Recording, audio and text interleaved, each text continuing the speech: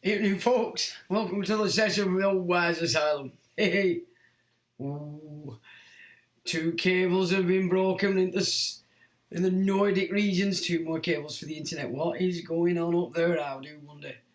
Now, I picked up an interesting video yesterday, I think, or maybe even today. I can't remember. BBC 1968, actually explaining how fake everything is and how it's been so since Hiroshima.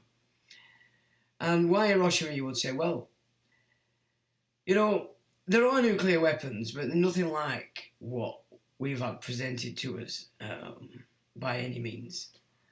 And, you know, maybe 10 years ago, I came across a lot of information from the Japanese library. And what they said in those files was that there were no bombs dropped on Hiroshima or Nagasaki. That both those cities were completely and utterly set up with incendiary bombs right across the cities. Same way like with 9/11 and the Twin Towers. total fallacy that they were taken down by 2 planes. They were set up 6 months before, and before that, when a company tied to Neil Bush was in there for months and months and months, saying that they were updating the fire system, when in fact they were actually planting all these charges on each floor, and that at each floor they were on, specifically around the lift shafts, which are a big part of the structures of these buildings. There were armed guards preventing anybody that worked in the Twin Towers from getting anywhere near them. Now, just as back to, as I said, the files from inside the Japanese libraries were very clear. There were no bombs dropped on Hiroshima or Nagasaki. There were incendiary devices set up across the cities. And I were never able to find those files again. I think I did copy quite a few, but this is probably on an old computer that died not long after, you might say. Suspicious, I don't know. But very interesting read, they were indeed. So the video that I put up on the Faceache is basically one of the highest level guys that you see in communications, explaining how everything's a fake up. I mean, it's the same with this Elon Musk and his string of satellites. They're not satellites. They're actually balloons.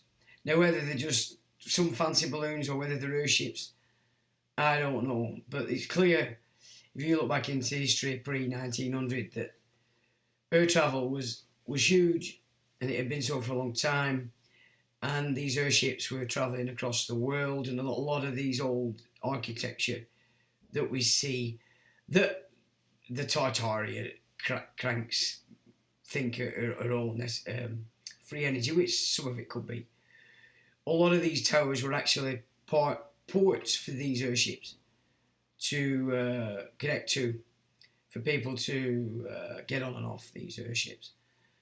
So they destroyed that with the Hindenburg, and of course then it was cast out that it was only a short gig, it never happened before, but it's definitely something serious has happened a few hundred years ago, and the civilization that they're now trying to afford to Tartaria was actually far bigger, and it was certainly a Western thing, because you'll find that in the last 100 years they've been doing nothing but demolishing this architecture, not only across Europe but across America.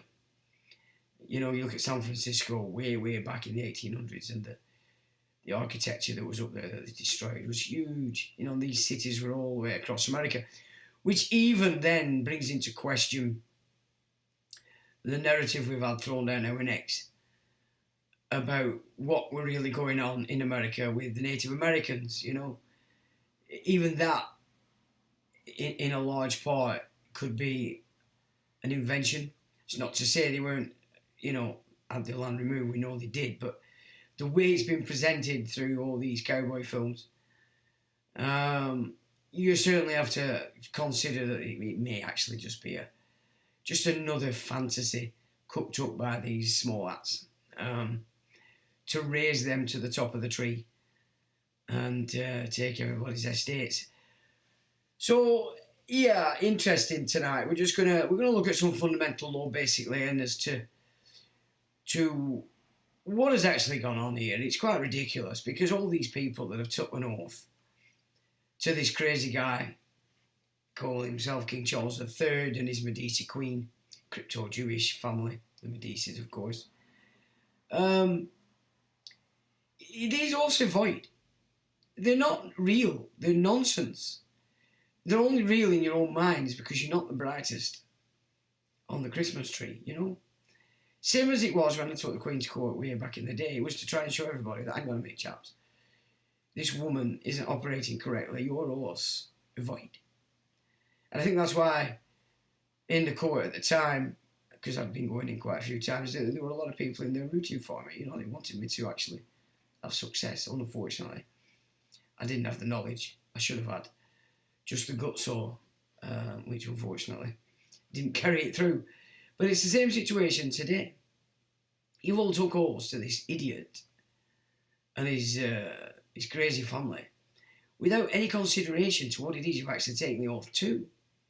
I mean, there were some strange things went on that coronation, Strange things went on at the Queen's death, her funeral. It just, the whole thing was strange, to say the least. And, you've took an oath to a guy who despises everybody because he knows everybody despises him, especially since 1997. But you've got to recognise what's going on here with these people. These people are hell-bent on removing the white race from its own nations. Why would you take an oath to him? And more importantly, surely you can see now that things aren't correct, especially with the national security tax that they've got you tapped under on the NDAs. That in and of itself, why, if you are straight, real and true, would you need such as NDAs and the National Security Acts of 2023? You wouldn't, would you? You wouldn't need all that protection if what you were doing was correct and true and in line with honour, as it is understood here in the West, specifically, you law eagles. You people are supposed to be staying in honour. How could you be in honour? Possibly. It's impossible if you're following this debauched garbage. It's just ridiculous, really. You've just got idiot that were running Church of England, to the ground, of course, out, gone. So you can see they're now putting into practice what we exposed a few months ago, the destruction of the Church of England and all its powers and rights are going to be handed to a Secretary of State. It's tied up to the Secretariat at the Vatican corporate state set up by the fascists. I mean, surely you can see this now. It's ridiculous. What's happened to Protestants today? What happened to you? What in the world happened to you guys? It's just ridiculous that this has just got so far. It really is ridiculous. But there we are. That's where it's at. So we'll put a bit of stuff together tonight just to remind people fundamental law is a bit more important than this Parliament garbage that Cromwell set up. I mean, Henry VIII made it clear in his will no Stuart can be a monarch on England. And in that furore, we got Cromwell. We got a Commonwealth Parliament that's meaningless. It's been taken completely away from the people, which is what Parliament was all about. And in the 90s, with the advent of Tony Blair, the Bolshevik bastards, who we've got now in round two, they annihilated the power in the Lords by the bishops tied to the Church of England, who I witnessed myself during those days of my early research, whether I wanted to accept it or not, were the cause of most of the garbage, the extreme stuff, not getting through Parliament. And of course, Tony Blair, or Gordon Brown, because he was the chief Rooney, they made sure they annihilated the House of Lords and put in their own puppets, these future leaders, all the NLP through Common Purpose, which of course is running riot today in all your institutions, all your governance, your judiciary, your police, and your military. A military that's pretty much useless these days.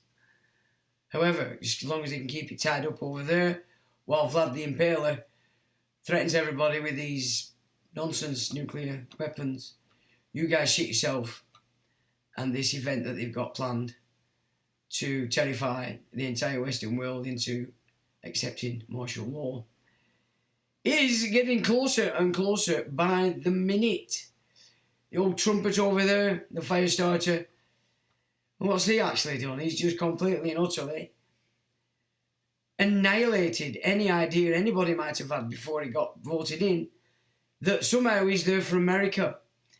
He's filled his entire administration with the most filthy, ridiculous, bloodthirsty Zionists you can imagine. I mean, I thought Pence was bad back in the day, and he was, but it's even worse if you look at what he's shoved in there now. So all these guys, that are still parading Trump as this saviour hero of America and the West, and he's opposing nothing. The only thing he's going to oppose is Islam. which we all knew that were coming anyway. So that's on the cards.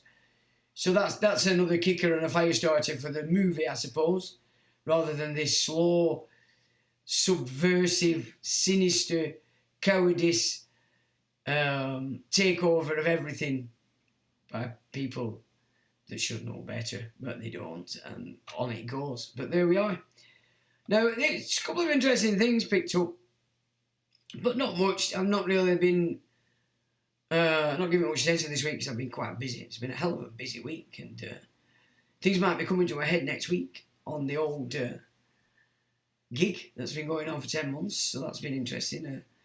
A very interesting turn of events, which just goes to show, if you stick to your guns and keep going and see through every blag that these solicitors, these councils, these tossers play, if you can keep your eyes on everything they do and see it and rebut it in a way that they're not expecting, they are not undefeatable. Make no mistake about it. Everything they do is a blag. Everything they do is to hide the fraud. Everything they use is fear. Everything. And if you've got the courage, which my compadres have, then you will move it forward in a way that they can't. They don't want. They don't like. I mean, the game's not over yet. However, interesting. Let's say that. So that may come to a bit of an end this week, hopefully. Anyway, so we can start to make some sense out of it all. But so this is the latest garbage coming from this Bolshevik set of bastards under Jimmy Savile's vagina, and Lammy the retard that wears trainers and a suit. The UK government spent taxpayer dollars to tell everybody that reading Lord of the Rings and George Orwell leads to right-wing extremism. Well, fucking good for that. I think we need some right-wing extremism. Where are you, Gen Xers, you pussies? Where are you big fucking pussies? You know what I'm saying? Gen X, where are you, you're just pathetic. Right-wing, that's exactly what we all need to start considering being. And it says, reading Lord of the Rings in 1984 could lead to right-wing extremism, government report warns. Right, well, tough shit, government report. These Bolsheviks are so shitting themselves. They're trying to cover themselves up at every avenue. We're utter garbage. I mean, are you having this stuff? I mean, obviously these youngsters don't know their ass from their elbow, but you know, mum and dad, have you no sense about you to start to educate your offspring so that they can start to see through this nonsense? Lord of the Rings, for God's sake. Probably one of the most spiritual sort of narratives as an oversoul to the white race from the way back in the day. I mean, I know people go on about it and say, oh, it's a new thing. No, it ain't a new thing. It's as old as time. If you go with the sort of the ultimate creation story as always been presented, which is that way back in the time, it's the time the Lyrians and the Draco did warrior and decided at some point, probably after Atlantis and Lemuria were annihilated, that they would together try and breed a creature that had both the genetics in and let the battle continue in the human. And I mean, it's just so ridiculous how this idea of white race, no, it's nonsense. And then you've got this idea that, I mean, for me it doesn't sit right, but the RH negative is actually the Draco. I'd reverse that and say that the actual RH negative are actually the Lyrians, the more human hominid characters. Because if you look at some of the races not white and you look at their features, you look at their actions, their behaviour, their thought patterns, there's your Draco, there's your reptile mind. You know what I'm saying? It's like, but then if that's correct about the Lyrians and the Draco setting it up, then each of us are born into a confluence of genetics that gives us all equal opportunity to either be one or the other polarity, or, as the game is, to balance it and utilise both genetic structures in order that you can operate correctly in this field. It's like, you know, all this idea that somehow, oh, it's all someone's... No, we are all born equally as a soul, a spirit, into a confluence of genetics that apparently has both the Lyrian, which is the humanid, well, not humanid, but man's, as we'd see that, the blonde blue-eyed pig, and the Draco. And depending on you, as a soul, a spirit, is dependent on which genetic traits you are expressing. So, you know, these people that are running around giving it, oh, it's one bloodline to this and what. Nonsense. Nonsense. I mean, the ones that we know where it works like that, and the reason why these elites keep everything inbred is in order to keep their satanic connections going, and vice versa. But in general, most of us that are born down here, you know, we're on our own. You get in, you get your comfort, you get your bodysuit or your avatar, and it's all down to you. You know, we're born, we suffer. You know, we all have our own stories of trauma as we're growing, and you have to heal. This is the game. It's about how you heal. Most people don't heal and then project that pain out on everybody else. And this is where your secret societies come in, your dark secret societies. They're looking for these people that can't heal but project, because they want you to come into their fold. They want to be controlling you, of course. But if they're then controlling just another avatar that's projecting his pain or her pain on everybody else, this is how they build their armies. This is how they build their religions. You know, it's pain. Pain and projection. And that's down to not healing oneself, which is the only it's the only aim we all have while we're down here. Because the more you heal, the more balanced you become, and you're not projecting garbage onto everybody else you come across. Because this is what these people do. You know, they call them evil. Well, that's just the degree to which the trauma hasn't healed and is being projected on everybody else. And that's what judgment is. That's where judgment comes in. If you're full of judgment, like these religions teach you to be, then you've been captured because of that projection. It's as simple as that. But that doesn't mean to say you can't balance yourself out. But usually as you balance yourself out, you recognise the constraints that come with these religions. It's a natural progression of balance. So there you go, folks.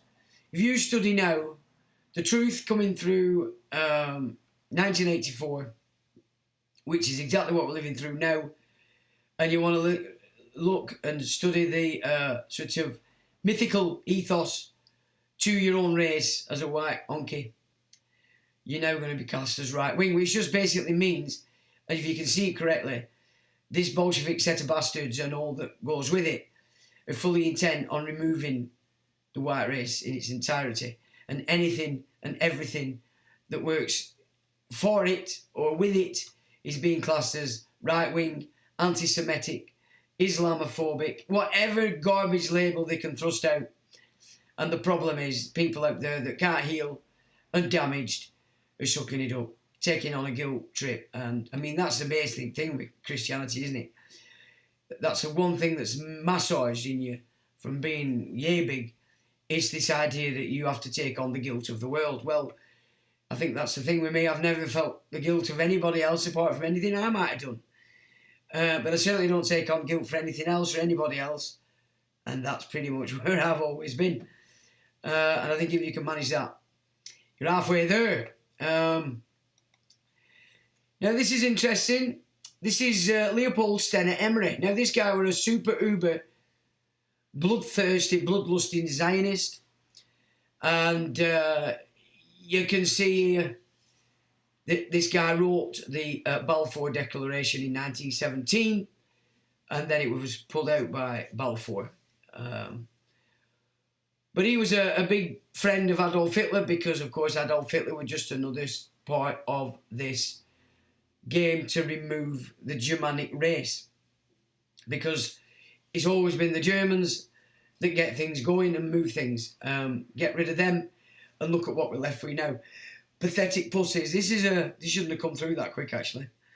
And this is Jay-Z apparently showing him here now. CNN put this out.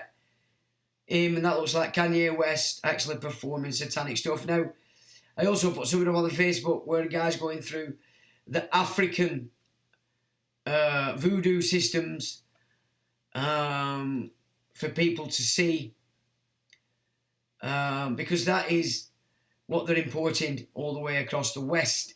And people might think it doesn't really have any clout, but believe you me, it does. It has a massive clout. And Muti is something to be very, very afraid of when it comes to these Nigerians and other races coming out of Africa. It's real, it's big, and this entire rap movement has been based in it and on it. And you listening to the music, and you are becoming attached to these rituals by default. You're singing the lyric, and you don't even know what you're doing. This is why, and the origin of where you get a lot of this back in the 70s, where they were decrying a lot of this music by saying it's actually satanic. Well, it is, because they're doing ritual over it as they press it or master it, and that becomes a part of the energy and frequency of that stuff. And so there were reason for it. It had validity back in the 70s when they were talking about this stuff. But this guy here, big friends with Adolf,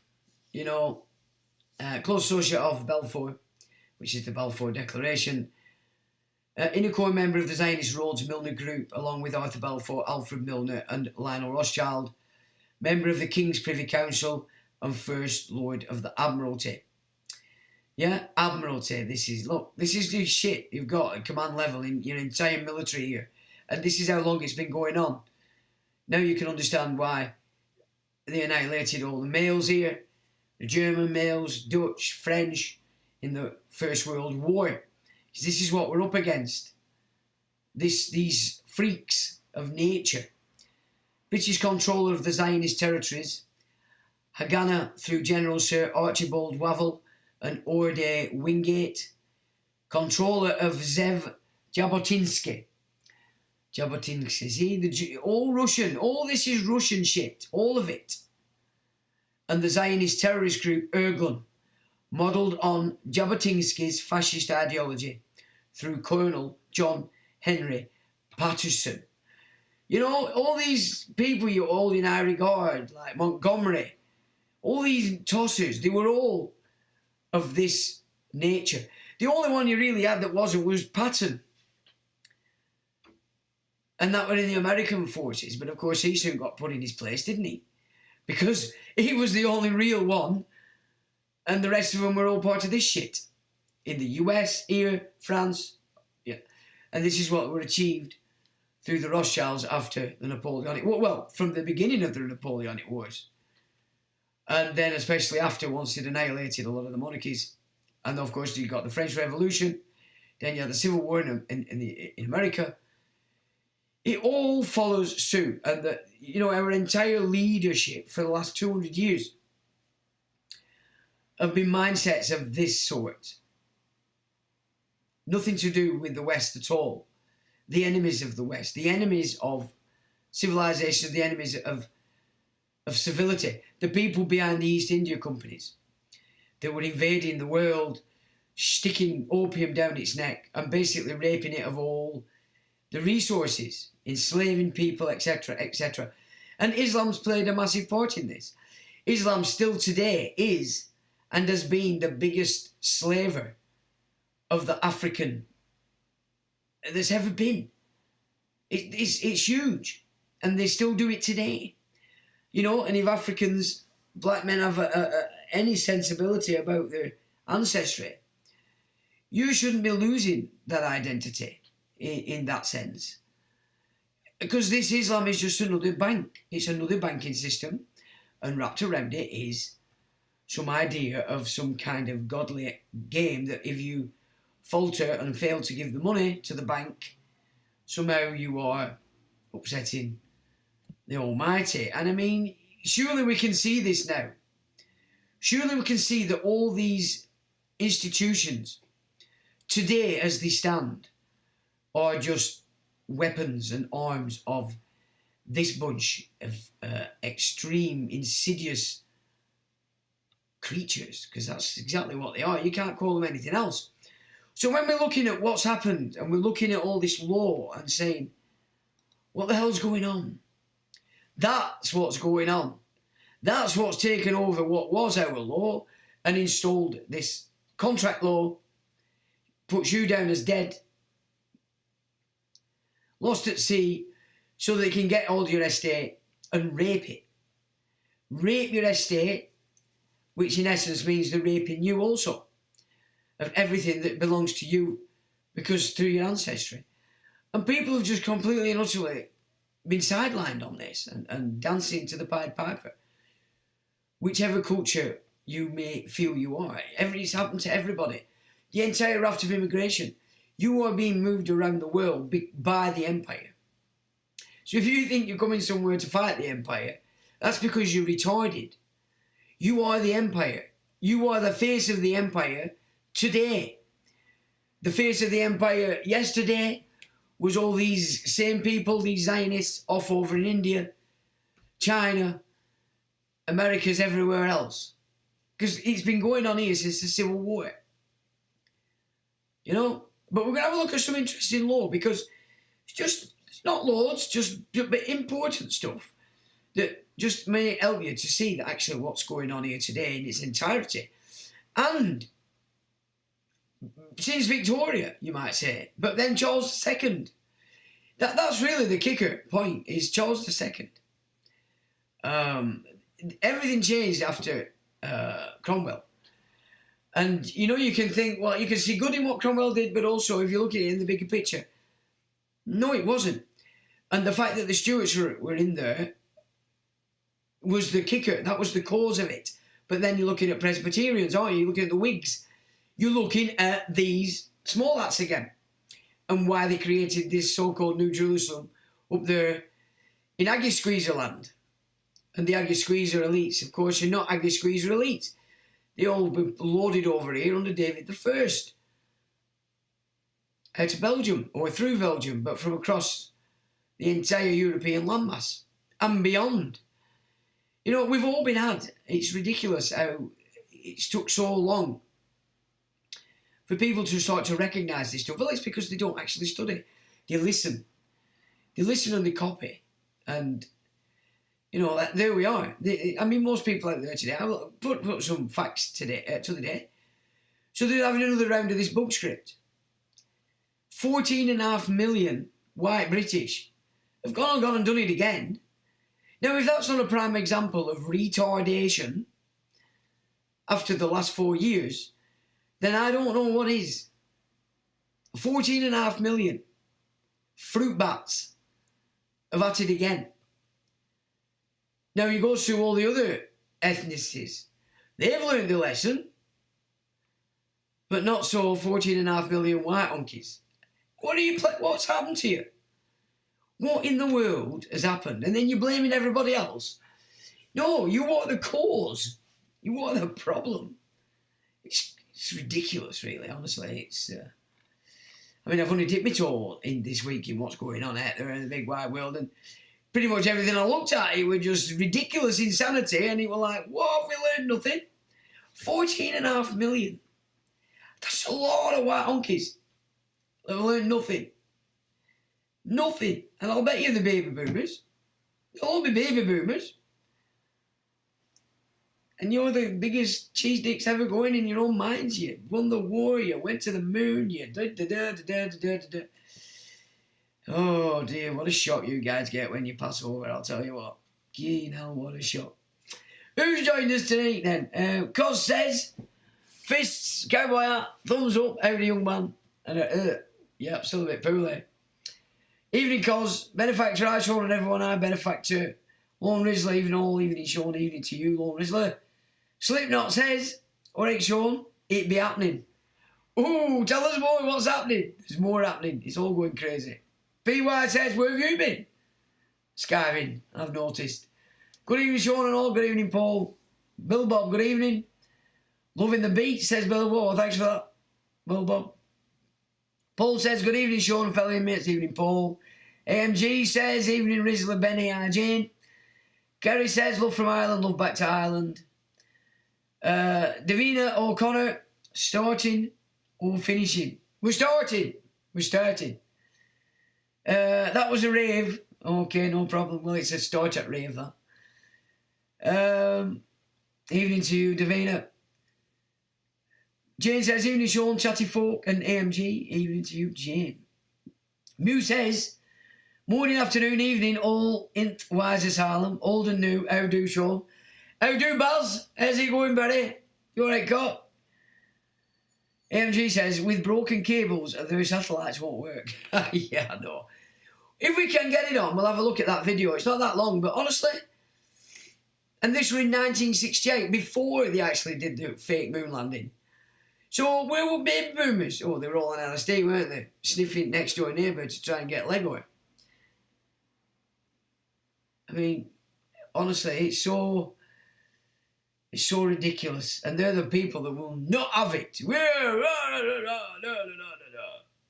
the fucking war. No, you didn't win nothing. You got shafted. You got shafted and your countries got flooded with low trust cultures. That's what happened. That's what you did. And it's like I said to the week, you got all that. You just done 11th at 11th, and all these guys are out there giving it, yeah. Because I know that they're remembering they've fallen. But you're sat in your living room giving it. This immigration is disgusting. But now you're calling for conscription of your own kids, grandkids. There's something seriously not connected here in that brain matter. That on the one hand you decry what's happening to the nation, but yet you're happy to encourage the last of your culture to go off and fight this tosser called Putin for Netanyahu. You know what I mean? And blonde bombshell over there in the US. Get a grip, you like children. You're losing time in which you can redeem yourselves, guys, before you pop. Because I always have this picture that all these baby boomers that have believed themselves amazing and fantastic all this time, it's you guys who are going to be born back into these low culture. If transmigration of the soul is real, then I have a funny feeling you get up there, you'll be shown what a dick you are, and you'll be born right back into these subcultures. Then that's what I would call poetry, if that were the case. For being head up arse for an entire lifetime. But anyway, I suppose that's wishful thinking. But there has to be a payback, guys, because you're just so pathetic. So with broken cables, the satellites won't work. I know. Davina says, before I was a twinkle in my parents' eye. All right. Me, Opal already watched last week about postal mechanics. Full of all no info to those who did not know classic knowledge. Because most people said me, most of this stuff, most people just off it goes. It doesn't matter. God says there's that Daz Doorstep Challenge shirt. Me? Oh yeah. You'd think it's the only shirt I've got, wouldn't you? Well, I've got a few, but most of them, I can't go out I can't come on here with my clubbing shirts on there, can I? I'll bedazzle you. But it's my favourite. It is my favourite shirt. The blue one, unfortunately, it's getting a bit small, because I've been going to gym a bit and it's just getting a little bit tight, and it's like, oh, this is nice and baggy. So, I need forgiveness for wearing the old Daz shirt, but until I get another, it is my fave. Where are we? Sean's eyes still twinkling. Are they twinkling? Oh, that'll do. Also, what you saw, Lily Nova. Now, let's see. No, I didn't. I haven't had time for now this week. Starlinks, that's him. Elon and his little light bulbs in the sky. Weefy man, just saying I all, can't stay, I'll watch catch up. Crypto on fire. Love you all, back to work. Evening, Weefy man, and goodbye. Big E, greetings all. Hope each of you are all well and empowered in the fight against the evil one. Evening to you, Big E. There are those who see, and there are those who see when shown. There are those who still don't see at all. And there's them that don't want to see because it scares the shit out of them, but they'll watch every horror movie that comes out. Because that's scared on fantasy. Being scared on reality, it's a different game, isn't it? The cowardice comes out, and this is why horror films have such a great pull. You can believe it's fantasy, shit yourself, fantasy, but get the reality and shit yourself. You do shit yourself because you know it's real. Davina says Smeagol's don't want to give up the power. Well, they can't, can they? All you needed to say is, do you comprehend English language? He will say yes. You say, do you comprehend legal English? He will say yes. What you say next is, we. All right, okay. Well, you can always say you've no knowledge of how the legal system works, and therefore you'd have to claim ignorance. They're pretty stuck then, aren't they? AMG says, is it me? Shouldn't your name be I? Well spotted there. It's not a fight or a wrong, simply to ask for correctness.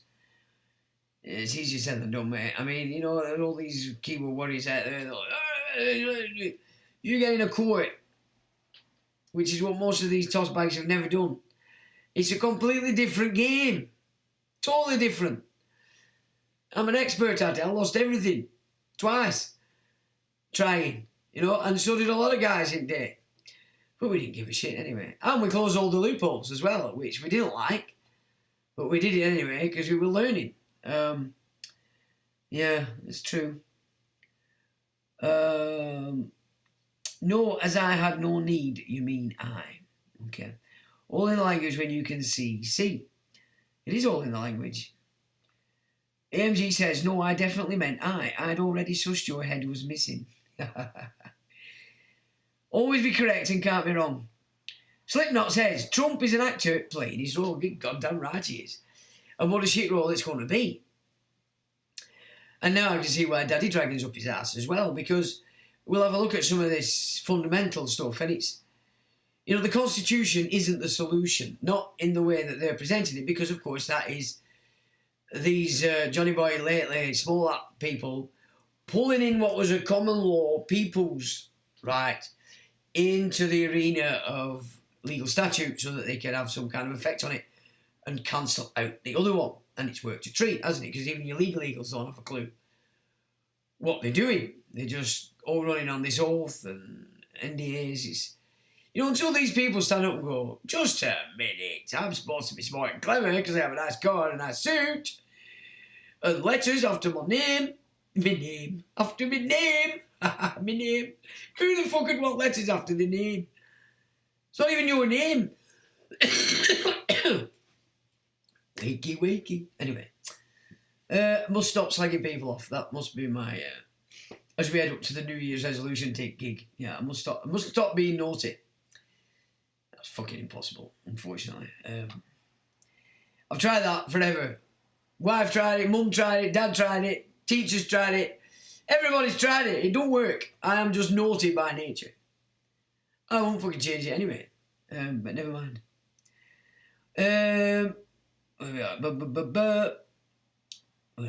Yep, Trump is an actor, he is. Jerry says, trust the plan, Sean, all in the White Asylum. Hello, Jerry. Berry says, I heard 800,000 troops were on the move in Europe. Through Holland, I was told anyone confirm or shed light on. Well, it wouldn't surprise me.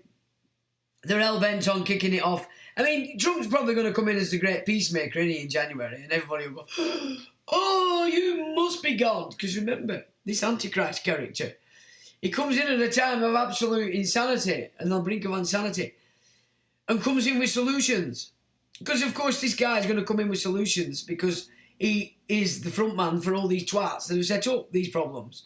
So, obviously, if you set up the problems, you know what the solutions could be. So some Johnny-come-lately arsewhite piss-face is going to stand up and go, I know the solution. And I mean, you can see it, can't you? You know, Trump and Putin, they've shagged each other stupid. They're interesting.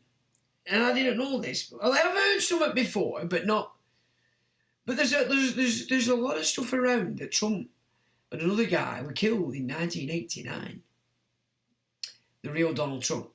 And as I said to you before, Back in the day on the other websites, I always used to put up on my website Trump in interviews. We're going back to 80s, where he'd be interviewed and he'd bring up certain topics. And that Trump were all against shooting them things in your kids. And he went in great detail as to why. Autism, aluminium, all these things as to why you shouldn't do it. And there were other things, again, that he were on the ball with. He wouldn't have been this guy you've got here today, not by any shot. He would certainly wouldn't have been... well, actually, and I used to have all them on the old websites. Obviously, I haven't got any anymore, but... So there's talk that the actual real Donald Trump and another guy, I can't remember his name, were taken out in 1989. Now, that's interesting, I have to say. So keep that in mind as well with all this malarkey that's going on. But whoever it is that's going to stand up as this great Uber leader is going to have answers to the problems we have. And at the moment, the biggest one we've got, well, we've two, haven't we? With the Polish shitbag Milikowski or Netanyahu down in the Middle East, and we've got Vlad the Impaler threatening all and sundry with nukes that we'll look at this video after we can get it up, that pretty much tells you. It's all a fucking scam. It's all bullshit and bollocks. I mean, I'm not saying we haven't got big bombs that make a big mess, but no, it's all a bollocks. It's about blag. It's just everything that they do and have done since Hiroshima is fake because they control communications. They control the telly. They control the radio, the magazines, Hollywood, music, everything. And you're all getting a shit show. And you're all believing it and sucking it up. And we have to look at it, I think. Right. So I don't know about that, Barry. Davina says that they didn't give us an ending to Lord of the Rings. No, they didn't. Well, look where it's going. Oh, well, he has. The ending is Return of the King. Now, you watch that film Return of the King, that's not in sync with the books. The books were talking about the king within you as an individual. Yeah, the emperor in the terror, the divine power. Now, they've turned it into Return of a King, i.e. fitting in with this Antichrist shit. Now, I have mentioned this before, but the films do not represent the books, properly. And Tolkien were up here. He was a Stoniest boy.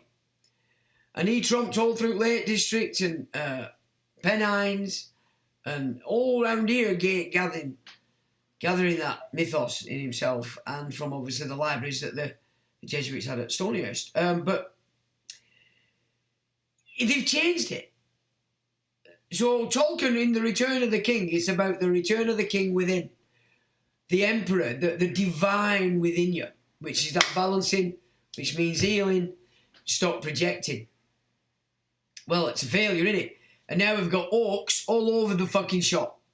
All over the shires. Haven't we? Yeah? Because that's what they are, orcs. Low trust, animals, pretending, deception. Everything they do is a deception, remember that. Because it says they can. Where did they get that from? Uncle Small-Hat. The bigger uncle. Because they all wear Small-Hats, don't they? All of them. But the bigger uncle said, yep, you can. Because the Talmud says. That's how it works. Yeah. Where are we? They don't give us an ending to Lord of the Rings. But they did. But it's just not right in the films. I mean, it's a long time since I read that. And then I weren't really seeing it with the mindset I have now. As it was just like a story. They weren't, the mythos, as it were, wasn't as real and relative to our race as it is cemented for me now. Like Jason and the Argonauts and Sinbad. all these older things. There's a lot of knowledge in them things.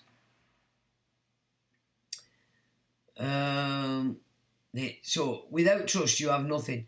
Exactly, and that's what the West was. We'd created our trust societies. That's not to say we didn't have as nonsense, etc. But in the main, you could walk around the street and accept that everybody around you had the same similar kind of ideology and outlook as you did. Today, you look at some of these creatures around and you know, well, not everybody can see it, but if you know, you can see where they're at. You can see where they're at. They might have suits on and they might be riding around in BMWs. It only expands the sight for me, you know what I'm saying? I mean, you sometimes, like, it's like if I go to Blackburn, it can be worse on a Saturday and it's even. And the energy in there that's being pumped out is evil. Evil from these people. Because I can see what's going on behind their eyes when they're looking. That's just me, I can sense it. And it's quite not good. Sometimes I used to come back from there feeling really terrible because you can't help but pick up the energy that's going on. And, you know, people say, oh, you were racist. I'll say, let's qualify this, shall we? Have you fucking read this stuff? No, you're not qualified to have that conversation. Fuck off. You're not qualified. Come at me with qualifications on it. You've studied it. You know it. We'll talk. But don't come to me saying I fucking believe, because Johnny Rotten said. Don't work. Without trust, we have nothing. And, of course, the end times is all about you will not find anybody you can trust. Everybody's out for themselves. Or their bank. Their club. Their secret society. Their coven. Yeah, which in main are operating for this fruitcakes that we'd had a look at earlier, Emery and his ilk. You're right, but then they're all actors for the system. Of course they are. You're not going to get anywhere if you're not acting. Oh yeah, you're not going to get anywhere. You get knocked off. So absolutely, Senator, yeah.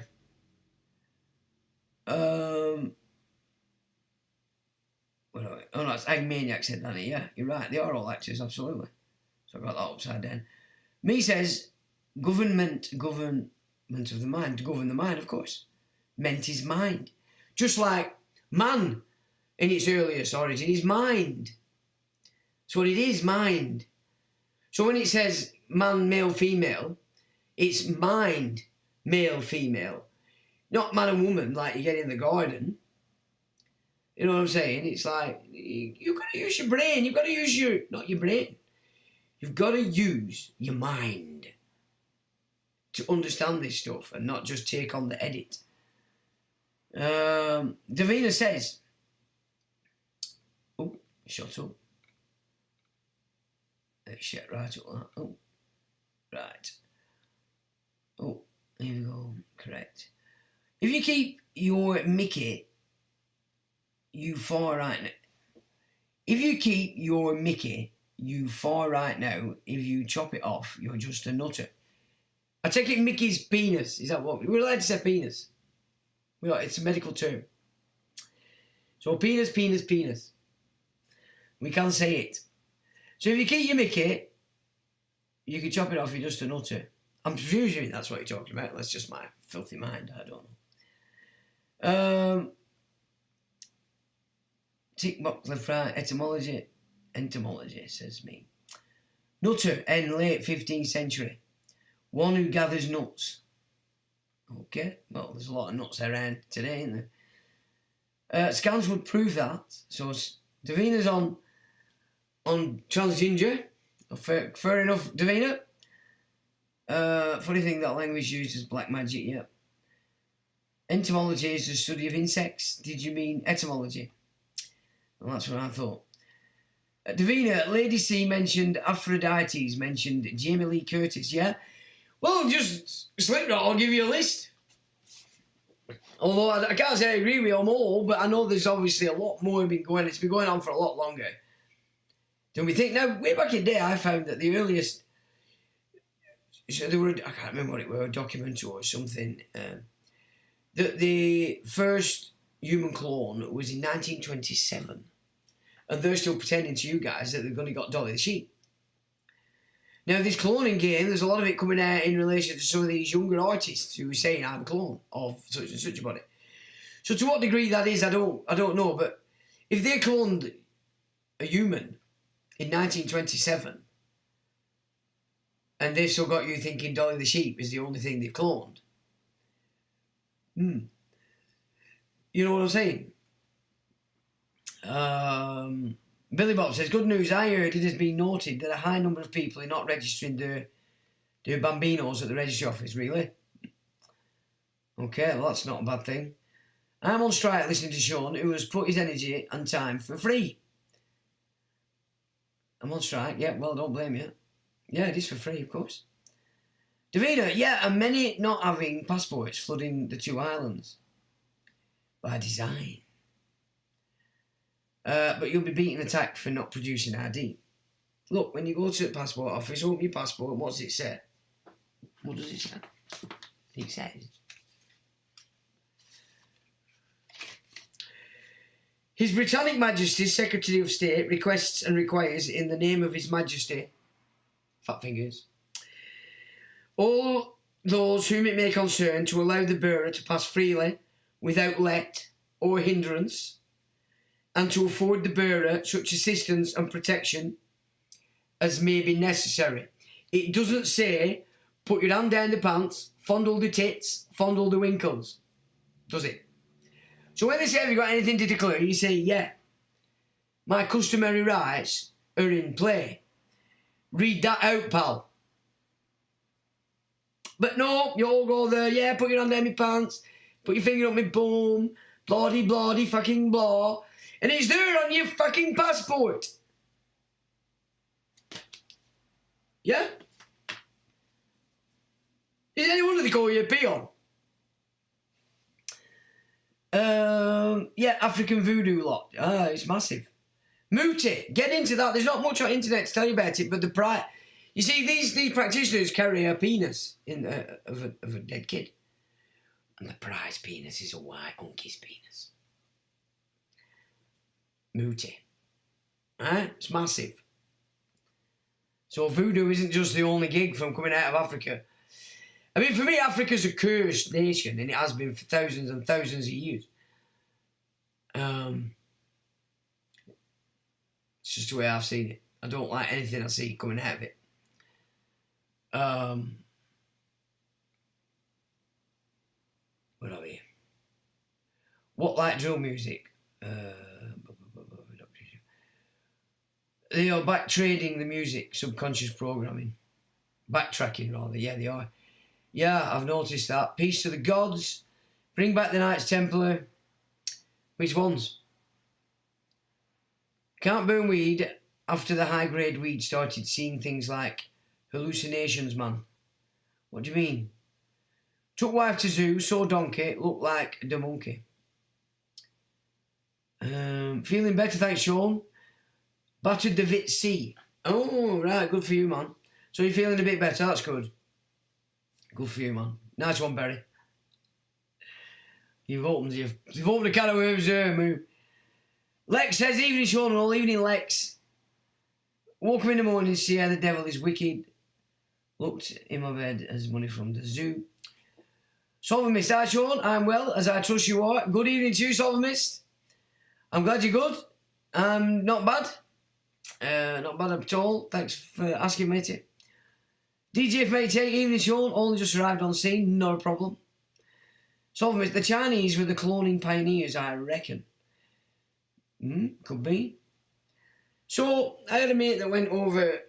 She was an Aussie, Solver Mist, and she was going back to Oz, and she decided she'd go and stay in China for 2 weeks on it, because she, obviously, you know yourself, that you drop off, don't you? And I said, we'll find out as much as you can.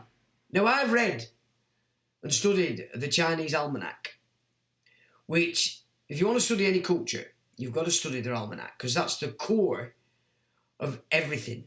Their society, their mythos, their understanding of what we class as the occult.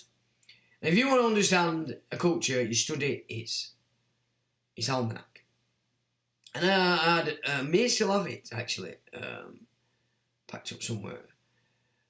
A book on Chinese, as a Chinese almanac. Now, it's very interesting when you start to read that, their original culture. And now, when my mate were over there in China, I was saying, like, find out what they think. So basically, what the crux of it was that the Chinese have started to realise that they've been kept down as a culture, like in backwaters, by an outside force, which of course is these Zionist fruit bats. And they were starting to recognise that actually they've been. And then another part of the cultural mythos was that if the dragon ever took control of China, it would mean great problems for the world. Now, when you see these ceremonies where of these dragons and there's a lot of firecrackers, what they're actually doing, they're not celebrating the dragon. They're scaring the shit out of it to keep it away. And this is why they like a lot of firecrackers, because that does scare a lot of. They don't like dark stuff in your house. It doesn't like noise. So if you're ever feeling like something's in your house, and nag shampoo or such won't get rid of it, because blowing into all your corners, they like to stay out of the way, and they like to stay in corners of your ceiling and your walls, okay, or in cupboards, and then they'll come out when you're asleep and feed. Now, if you're getting the feeling that's going on in your house, then go around. I used to like 4 or 5 of these nag shampoo, beautiful. The original, not all the fancy stuff. You want the original stuff. It's a cobra flower, that's what it is. And light all of these and blow into each corner on your room, all behind your bed, in your cupboards, behind mirrors, behind anything that's, but especially up on the ceilings. And that will get rid of them. They'll go. Now, if it's going in your attic and then coming back in, you want to get them up in your attic as well. Now, if it's not working, and my kids used to think I was crazy back in the day when I did this, but obviously I were under attack from every orifice back then. But get a pan and some kind of belting thing and bang in every corner in your house. And that'll get rid of everything, even the most stubborn critters. And that will clean your house until you bring it back, either by letting somebody in through your front door. Because this is the problem with these kind of things. When you're a target, the people you're bringing into your home are bringing it in. You're going to somebody's house and it'll connect itself to your aura and then you'll pull it back in. So these are the kind of things you've got to start to learn. I mean, I look back at all the time that I've had all this thrown against me for all these years. And it just taught me. I learned. I knew I weren't buckling. That's not my game. And I have to fucking learn this crack. What is the crack? And so I learned. So in essence, you could say all these evil bastards that are out there thrusting the shit out because they can't heal. They're traumatised and they're throwing it out at everybody. Or they're egoic, they think they're better than everybody else. They're trying to steal what you've got, nick what you've got, take it to themselves, trying to trap you through all these things. They actually helped me. They were actually the thing I needed. The universe set that for me so that I could either learn or fall. If you learn, you learn. So in essence, they're there to teach you. And that's the way I approached all this stuff back in the day. But if your house if you feel you've got EBGBs in your house, don't think you can't do anything about it. Don't think you have to go and get an exorcist. You can deal with these things yourself. And they don't like certain incense. And I'll tell you now, they do not like the original blue nag shampoo. Because it's a cobra flower. So you're dealing there with serpent energy. And they don't like it. Now, why would that be if everybody's obsessed thinking that everything evil is a serpentine? Because serpentine originally is wisdom. And the Nagas, as it were, created one of perhaps the oldest nations that still exists, and that is Kashmir. Over there at the top of India. And that it was the Nagas that created that. So you're dealing with that kind of knowledge when you get this nag shampoo, but it will cleanse anything. Cleanse your aura. And if you're cleansing your aura, put them under your feet. You've got chakras under your feet. Put it around your head and here and everywhere, around your back, under your groin, your arms, and cleanse your aura from these creatures. You know, and you will, but you've got to do it yourself. You know, it's no good. Cleanse yourself, learn from these creatures if they're attacking you, and how to defend yourself. And if you pick it up that way, you're learning something. You don't feel like you're ever a victim, you know.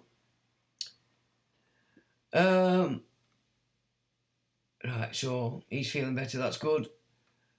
There's the third strand of DNA Slipknot, first cloned human.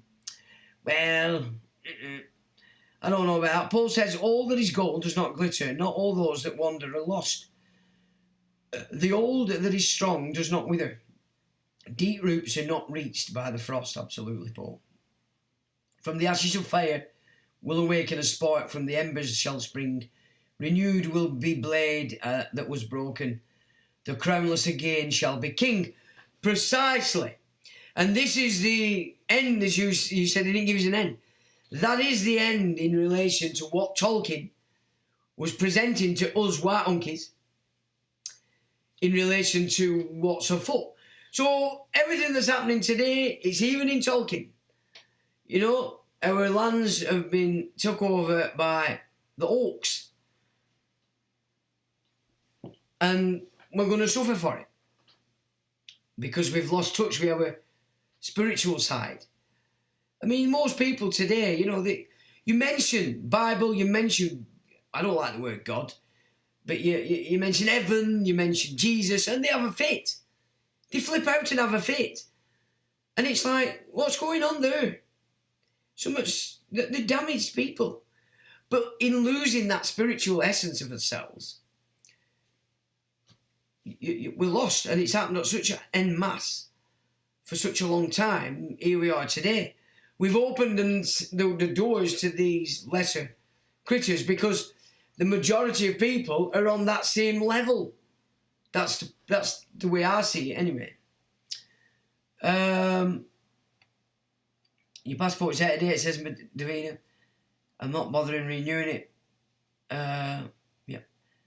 Muse, is it an Aphrodite that was created by them? An Aphrodite? Mupit, is it? Oh. Right, so Davina, a mixed up she, he, or he, she. There's two genders. One has a penis, and the other has a glory hole. And that's it. And as I said last week, look, they're even telling you that they'll say, oh, well, it doesn't define a gender. But they're doing it themselves because they're saying, oh, I'm not a male, I need to chop my dick off. So they're saying, well, because that dick there is showing that I'm a male. This is how fruitcake these people are. And this is how fruitcake the people are that back it and support it. And call you names when you call it out. It's like that boxer. That guy that beat the shit out of all girls in the Olympics. So I put something up a couple of months ago and I put it all over the internet. And I reminded people that this is a guy that trains every day to beat the living shit out of girls. That's what he did. He trained every day to beat the shit out of girls. And the same state that's telling everybody out there, we need more rules to stop males beating women, we're supporting that fruitcake as well. But once I pointed out that nonsense, he, not long ago, was declared a male and he can't do it anymore.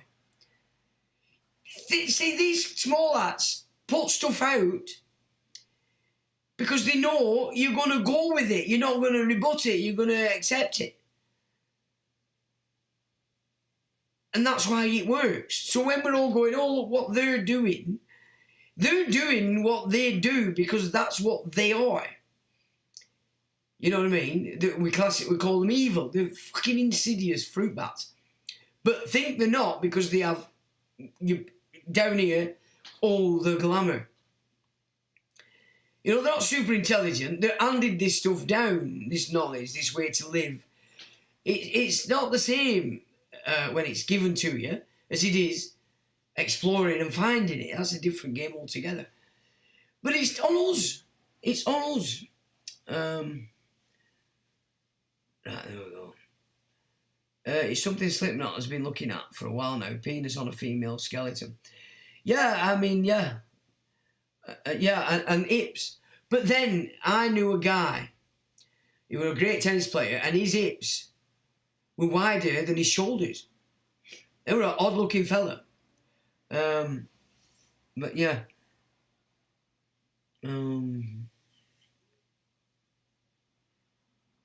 Gaius, excellent. Hello, Gaius. Hope you're well. You sure it's not a male with female innards and a penis on outside? If you've got a penis and it's real, you're a male. It's as simple as that. It don't matter who says. It don't matter who and his dog says. Tell them to go fuck themselves because you're not sucking it up. And if more people did that, what a mess it'd make of it. Moon's on top and all, says Davina. If you call in a skeleton frame, white sage smudging clears crap from the house. Yep. Sage does as well, yep. Did anyone rewatch last week? It was good stuff. Oh, on the UPU. Now, it's difficult to... You go on the websites and all this and you can't find the up-to-date rules anywhere. But the fact that AI found them, they're there in the data bank somewhere. Now, I use them as well, as I've told you, with the CEO of the receivers. Zipped. Locked up. Nothing. Because, yeah. UPU. And I once had BT shit themselves over invoking the UPU. And I mean shit themselves. Now, unfortunately, I was homeless, so I couldn't pursue it at the time because I was homeless. But they shit themselves.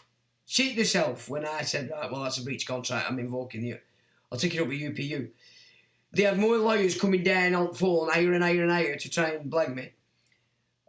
It's real stuff, the UPU. There we go. I got to watch it again, though. A lot to take in. Sub to you as well, good stuff, thanks. Solve I'm liking your thoughts, Sean. Sometimes I think you got ESP. How many fingers am I holding up? What's ESP? Oh, right, yeah. Well, I mean, I'm not going to blow my own trumpet, but a massive part of my entire gig has been about massaging the connection to the divine. I mean, obviously you don't talk about that because that's a personal journey, but this is just the public side of it, the gobshitting stuff that I do. But, the biggest part of everything I've done, which is why so many people that I know and they've watched all this just can't get it. They don't get it. They can't understand how I've put up with so much stuff and not done what I would have done when I was a youngster and cut their head off, that kind of thing. But it's because all the way through this journey, my main focus has been connecting with the divine, connecting with that source of who I am, and the source of all this. But that's a personal journey. But that's the biggest part of what I do, but I just don't publicise it. You know what I'm saying? It's not for public consumption. But, well spotted there, Solomon Mist. Why are we talking about men beating women? Well, why would we not? Far left will report you. Oh, I don't really give a shit about them. Extrasensory perception, yeah.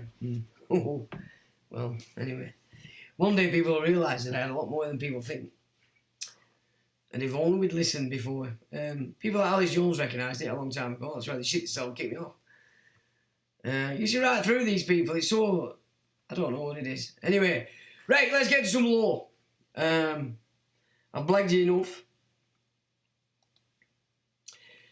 Now then, so a settlement certificate, also known as a birth certificate. So take note, settlement certificate.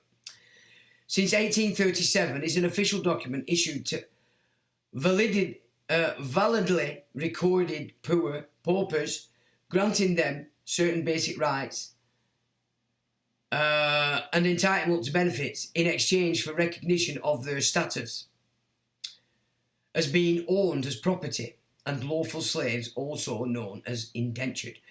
So that's basically, when you come in with that, that's why the courts are just blah, blah, blah. It's the way it is. See, this is the game that you've got to see. It's that they're doing what they do. They invite you into their system knowing full well that you haven't got a clue what you're doing. But that's on us, in their game. And I suppose in reality it is. So they're doing what they do because we come in admitting to be a peon, a pauper, or a slave owned in indentured servitude. Now, Valloyd Construction Limited versus Bird Construction Limited, okay, 2018. Supreme Court of Canada. Right, in general, wherever it could be said to be to the unreasonable disadvantage of the beneficiary, okay, I'll read that again. In general, wherever it could be said to be to the unreasonable disadvantage of the beneficiary not to be informed of the trust's existence, the trustee's fiduciary duty includes an obligation to disclose the existence of the trust. But we're not coming in as beneficiary, are we? We're coming in as trustee. So that doesn't carry. Because I hear it time and time again, people going, oh, well, they're supposed to tell us, they're not telling us. No, they won't do. Because as it says here, it's only the beneficiary that can expect to be told or informed of the trust's existence. While this arises most frequently in cases where the beneficiary's interest under the trust is conditional upon attaining the age of majority, equity imposes upon trustees a duty to disclose to beneficiaries the existence of the trust in a variety of circumstances. Now, the CEO of the receivers, I appointed him fiduciary trustee, and always coming through as the absolute beneficiary, he had a fiduciary obligation to do what he was requested of, which was a full accounting of the hidden and public ledger. He's failed in that. It's a breach of trust. Yeah? So when you're doing this stuff, don't aim to have it, right, one letter, I think that's it, it's all done, finished. It's done and finished. I shouldn't have to do anything else. Because then you're talking out your ass. And you're fooling yourself. And you're doing that because you're shitting yourself doing it, you don't want it to, you want it to go away. You're like, I don't want to do this anymore. Go away, Dad, I want me mummy. You have to go through the whole gig. And as long as you stay on point, as long as everything you're doing is in rebuttal, so you're communicating with what they communicate, not going off on tangents, because you watch Richard Forbes and some guy said, this is fucking amazing, try this. Are you listening to me? No, I'm not attacking Richard Forbes here. Okay, he does a lot of good stuff. It's you putting your trust in all these people because they're on these kind of shows. You have to keep... You've got to remember, they're communicating with you, you're communicating with them. Don't start going off over there and saying, well, he said, didn't she said. So I'm just... You're in a communication with these people. You've got to be talking to them, not Uncle Jack and Auntie Sally. Then you're in here, then. And, yeah, this is so important. So there you go. It is correct. The trust has to be disclosed. But not if you're a trustee yourself. You've got to be the beneficiary. And just because you say it once in a letter and they don't accept it, you don't have a crying fit and I'm not doing it anymore, it's disgusting. That won't get you anywhere, will it? You keep going. They're testing you. Or playing a game because they don't want you to see. Or are they? I don't know. Right. He who is first, so we're using man, or before person in time, is stronger in right. Judgments are to be passed by equals.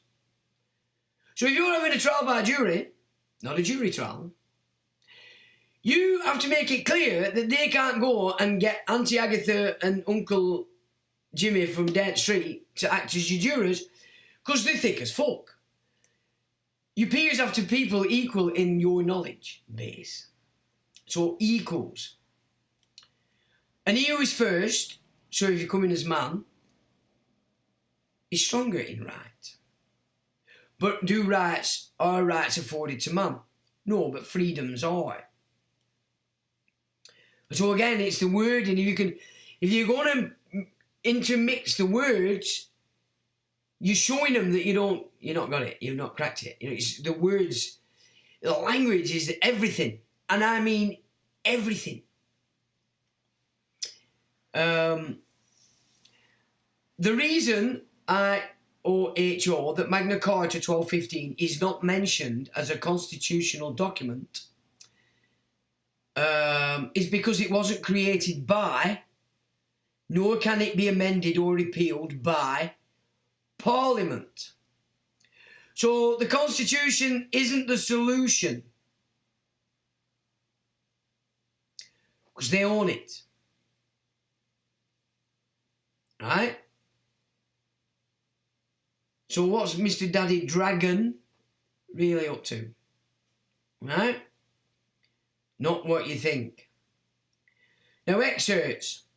Q prior est tempor potior est jure. You like that? He who is first, man, or before person in time, is stronger in right.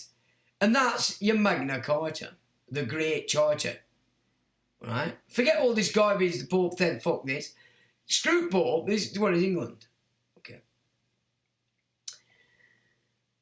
All men are equal before the law.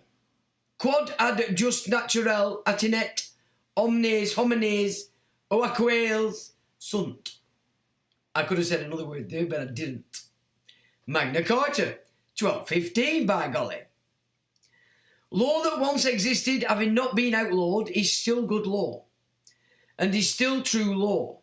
Magna Carta, ancient laws and customs, etc.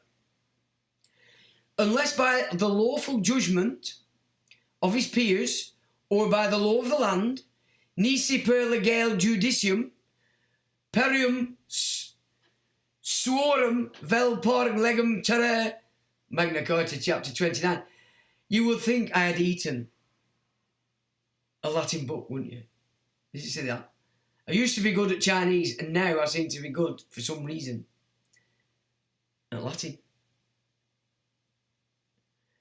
No one shall be deprived of his property, but according to the custom of our predecessors, and by the judgment of his peers. Nemo beneficium sum perdat nisi secundum consuetudinem antecessorum nostrorum et par judicium perium suorum. Emperor Conrad. Okay, you're digging this now? Oh, just amazing. Maxims. Interestingly, in 2009, the House of Commons issued a publication on the Bill of Rights, 1689. This is not the best stuff, with somewhat contradictory messages regarding the status of the bill. It acknowledges, however, that along with Magna Carta 1297, the Petition of Right 1627, and the Act of Settlement, the Bill of Rights 1689, is a constitutional document. And the publication can be found from the Parliamentary Library at that link. And of course I'll put these up after. The judgment of all kingdoms and nations concerning the rights, powers and prerogatives of kings and the rights, privileges and properties of the people can be found at that link. Magna Carta, being only an abridgment of our ancient laws and customs, the king that swears to it swears to them all, and is not admitted to be the interpreter of it, or to determine what is good or evil, set to be observed or annulled in it, and he can have no more power over the rest. Now, what did Fat Fingers do that was right in his coronation? He swore to uphold God's law. Right? Our laws. This is in force. Even though he's the king of the Aggie squeezers. Right? This having been confirmed by more parliaments than we have had kings, since that time, the same obligation must still lie upon them all, as upon John and Henry, in whose time that claim of right was compiled. According to Magna Carta, judgments are to be passed by equals. Yep. Equals. Now, I used this once and heard no more about it.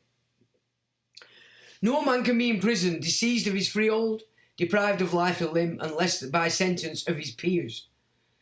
And Bracton says that in receiving justice the king is equal to another man, which could not be if judgments were given by him, and he were exempted from the judgment of all by that law, which has put all judgments into the hands of the people. This power is executed by them in grand or petty juries, and the judges are assistants to them in explaining the difficult points of law in which 'tis presumed they should be learned. So the king has no more power unless it's under this contract shit. HM courts, HM this, HM that, blah, blah, blah, blah, blah. They're just arbitrary. They're tennis courts. Two sides, umpire. One serves the claim, other rebuts it. He comes back with something until that point comes where one, either the claim can't go forward because it's garbage, or the one being claimed against shows himself to be false. In comes the umpire and says, "You naughty boy!" Or it should be the jury going, "Ah, you are the bad one. You are going to have your bottom smacked." Kind of gig. So it's justice is with the people, not fat fingers. And even your legal eagles don't know this shit because they're oathed to nonsense. You know, when I look at these people, you can't help but think that the children that haven't grown up and have always needed to be told what to do by a teacher. And I don't think they recognise what it is they're actually doing if they step back and look at it as if they were watching it in a cartoon. But then they got that choice with Alice in Wonderland. That's what Alice in Wonderland was there to show everybody, just how stupid the system is and how stupid the people are that are actually in it, because they're blinded by something else and they can't see the actual mechanic of what it is they're involved in. Alice in Wonderland, in its absolute, you know? This power is executed by them in grand or petty juries, and the judges are assistants to them in explaining the difficult points of the law, yes, in which 'tis presumed they should be learned. Now, jury trial is different altogether. That's when the judge appoints the jury and tells the jury the parameters of their power. Know all that? Yeah, so did you see that? This power is executed by them in grand or petty juries. And the judges are assistants to those juries in explaining the difficult points of law. That's all. Not telling them what laws they can and can't do and use, as is the case with jury trials. Ooh. So, the Bill of Rights, Coronation Oath, and Part 4 of the Act of Settlement, 1700, the People's Birthright. Annex 4, the Coronation Oath of Charles III, as administered on the 6th of May, 2023, the judgment of all kingdoms and nations, Lord Summers. And there is a link if you want to peruse. Maxim. A right of action does not arise from a naked contract. Ex nudo pacto non oritur actios. See that? I can't say I've been Vatican last week. Excerpts. Whoever creates the controversy holds the liability. Now, they come at you and say to you, you've created this controversy, yet. No, you haven't. They have. They're coming and going, you fucking know this. They've created the controversy. It's not even a claim, is it? It's a charge. We've charged you with this nonsense, you bastard. And you're going, like that. Read that again. Whoever creates the controversy holds the liability. So these prosecutors have the liability. And everything they says here you say anyway. And he who holds liability must provide the remedy. And what do they say? You have to pay with this debt instrument. Not settle, discharge, or set off. No, pay. Because it's all funny money. Yet, in the background, it's set off and discharge. Language. It's all about language. So people go, well, I want my estate back so I can pay this and buy this. You can't pay nothing. You get your estate back, you're discharging. You're setting off. You're settling. You're balancing the books. But most people go, oh, no, I'm not paying. It's disgusting. I'm not doing it anymore. Well, you've put your blocker on yourself. Now for the Latin. In judicio non creditur nisi juratis. In law, none is credited unless he is sworn.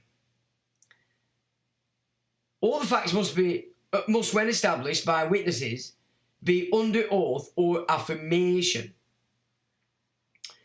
Bit naughty that, because the Bible says don't do that.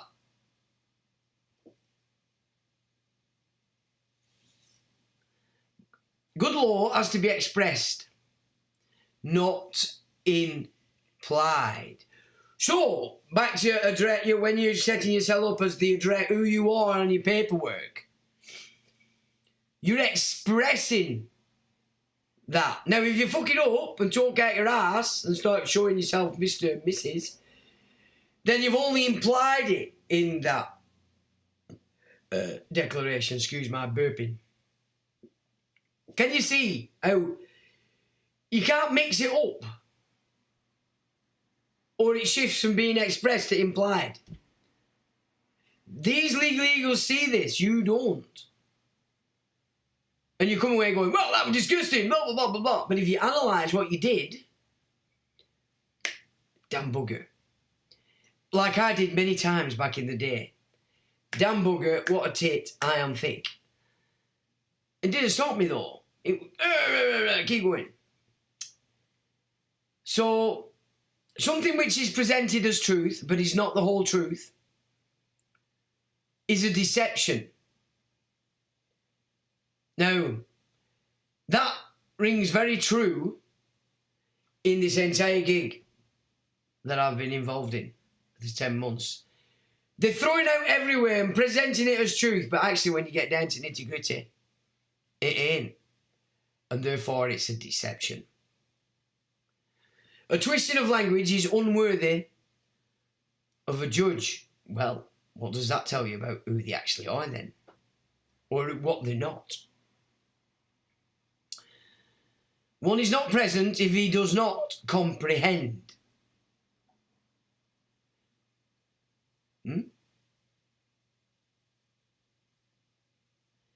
One ought not to be a judge in his own cause, because one cannot be both judge and a party to the action. Say it again. One ought not to be a judge in his own cause, because one cannot be both judge and a party to the action. That's important. Aliquis non debet esse judex in propriis causa. The croon. The croon!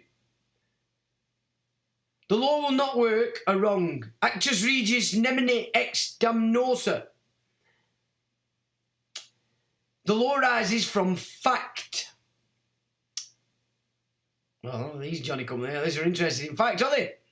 I can't hear you. You cannot be heard. You've brought a fact in. Oh, my God. Ex facto oritur jus, where incorrect facts give rise to unjust or partial law.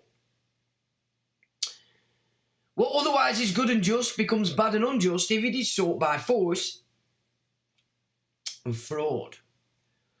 Quod alias bonum et fustum est si pervim vi fraudum pitatur malum et injustum efficitur. Fucking hell, dude. I have swallowed a Latin Bible, I think, or something, while I was asleep. A deed or bond found with the debtor is presumed to be paid. A deed or bond found with the debtor is presumed to be paid. Did you get a deed or bond found with the debtor is presumed to be paid?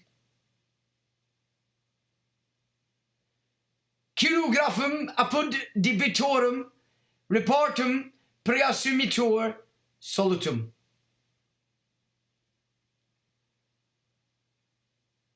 I wonder if it's because I watched Gladiator 2 this week, which is the shittest film I've ever seen in my life. No one should be benefited at another's expense. Nemo locu pletare protest Eliana iactura or nemo lecu pletare debut cum Eliana iactura. A right of action does not arise from a naked contract. Ex nudo pactor non oritor actio. The will of Henry VIII against the stewards, housekeepers, official servants. Succession. The succession of Mary and Elizabeth I, 7th September 1533 to 24th of March 1603, was conditional.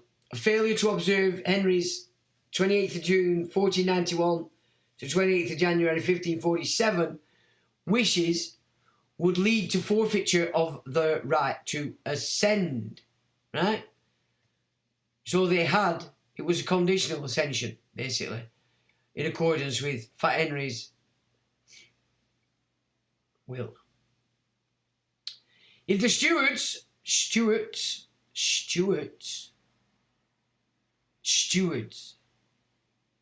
sort of a bunch of Johnny come fucking latelys.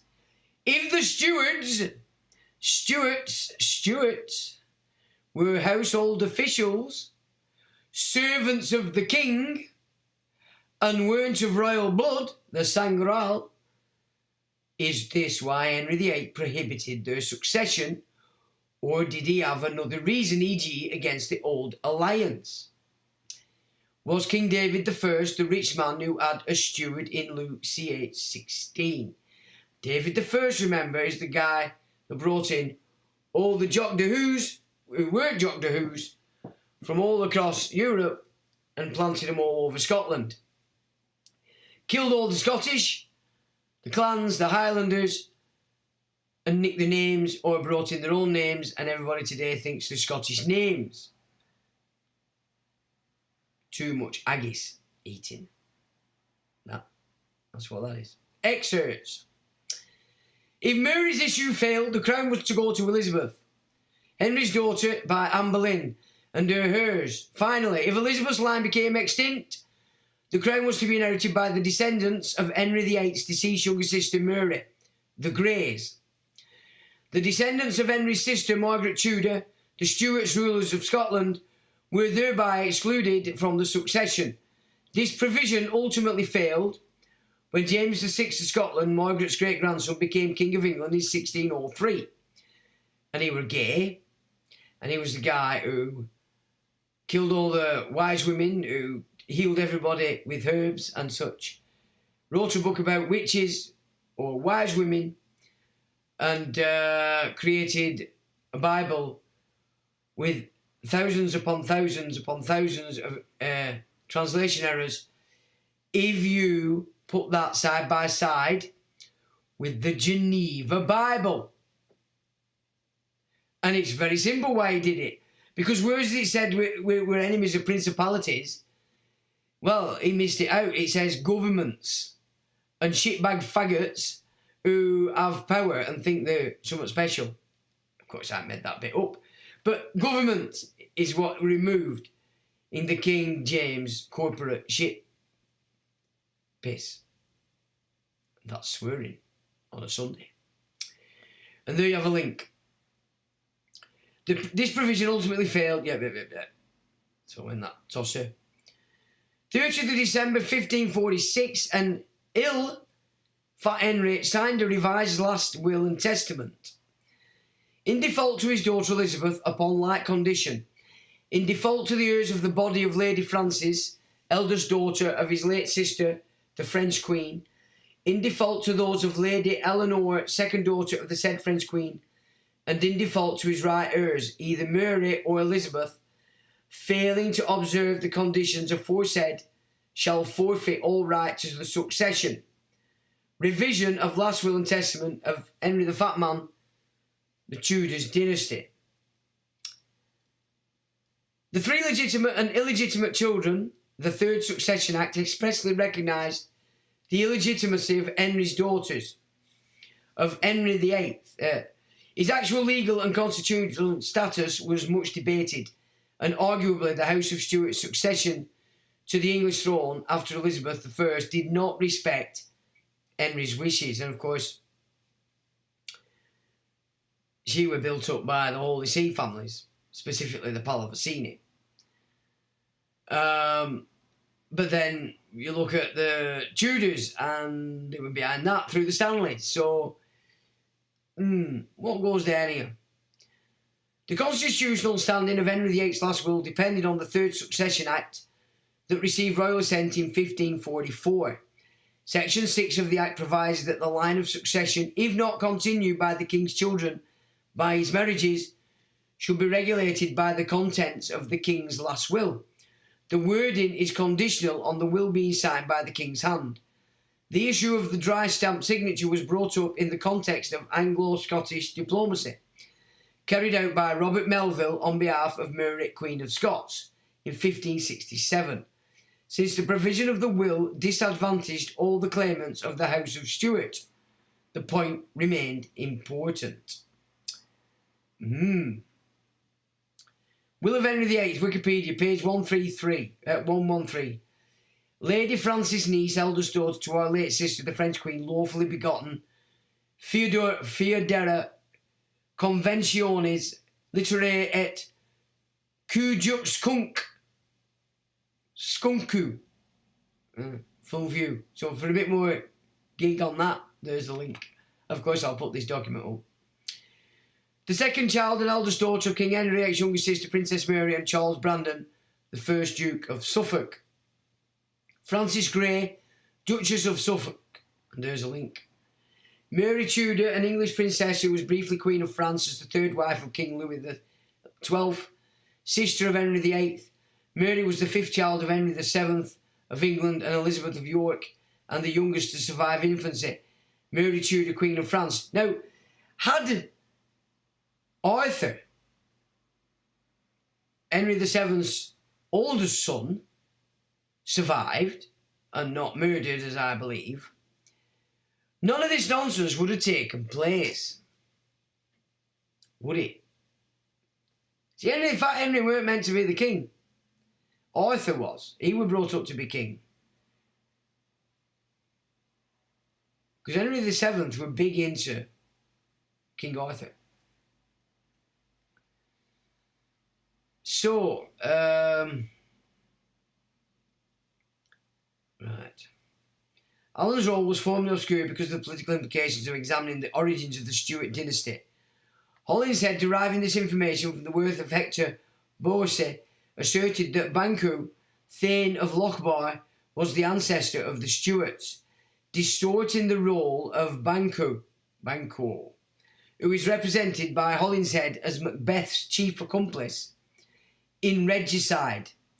William Shakespeare presented him flatteringly in Macbeth as a martyred ancestor of James VI of Scotland and First of England.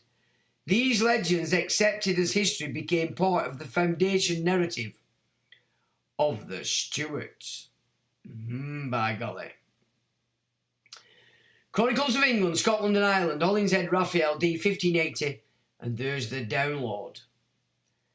Walter FitzAlan, 1090-1177, was a 12th century Anglo-Norman baron who became a Scottish magnate and steward of Scotland in about 1136.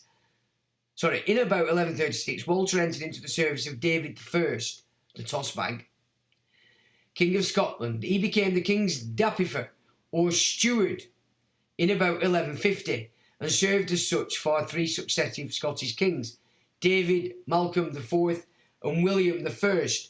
In time, the stewardship became hereditarily held by Walter's descendants. Now, Fitz, in any name, means bastard.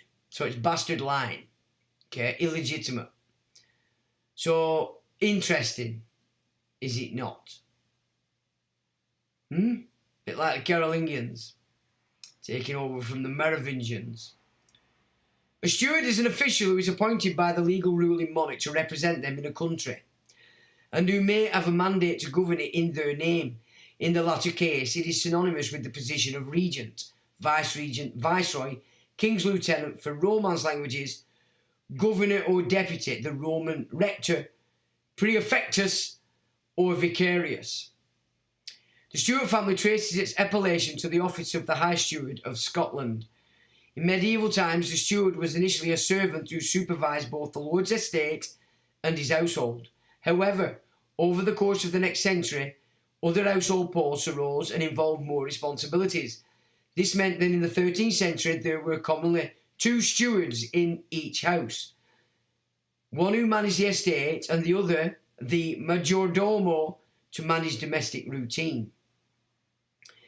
The office of steward or grand steward is an elected office of merit in the bunch of Johnny-come-latelys. Freemasonry. So Freemasonry in its entirety is again England, and always has been.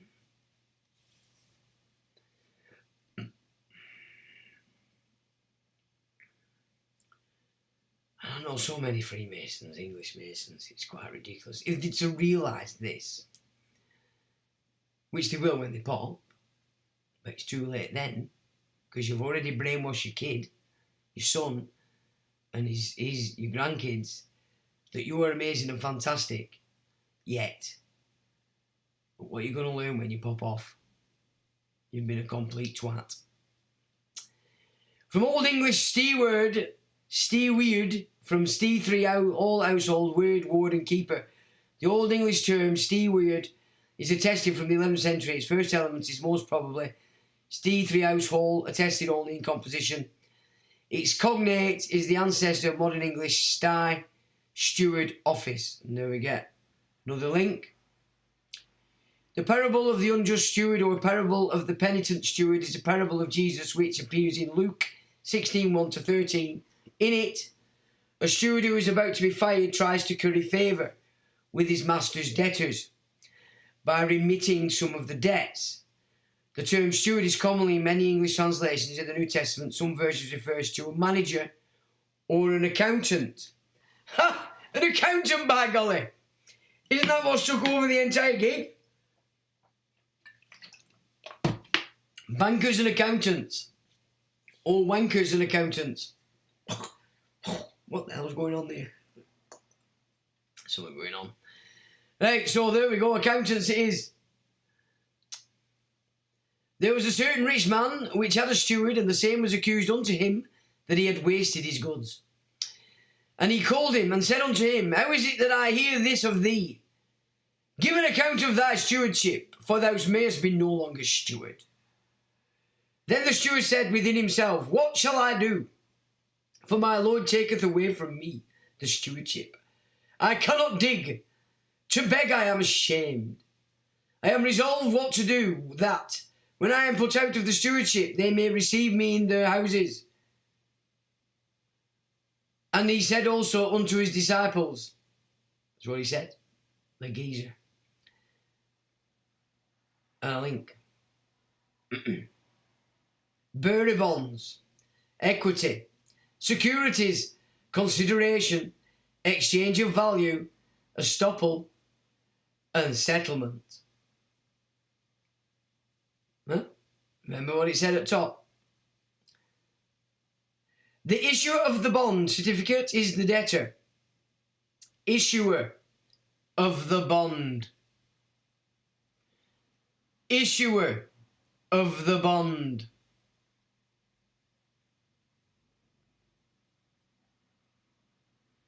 Bearer bond is an official certificate issued without a named holder. The person who has the paper certificate can claim the value of the bond. Right? Now, birth certificates have the name of the holder, do they not? Okay? Settlement involves the delivery of securities from one party to another.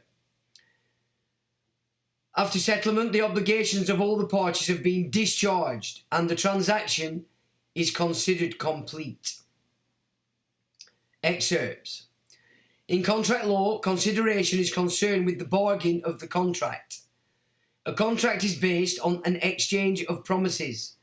Each party to a contract must be both a promiser and a promisee. They must each receive a benefit and each suffer a detriment. This benefit or detriment is referred to as consideration. Okay? You need to go back to that paragraph to grasp its validity, its meaning. Consideration must be something of value in the eyes of the law. So it has to be fact as well. Right? Whilst the common law strictly adheres to the requirement of consideration, although in some instances the courts seem to go to some lengths to invert consideration, e.g.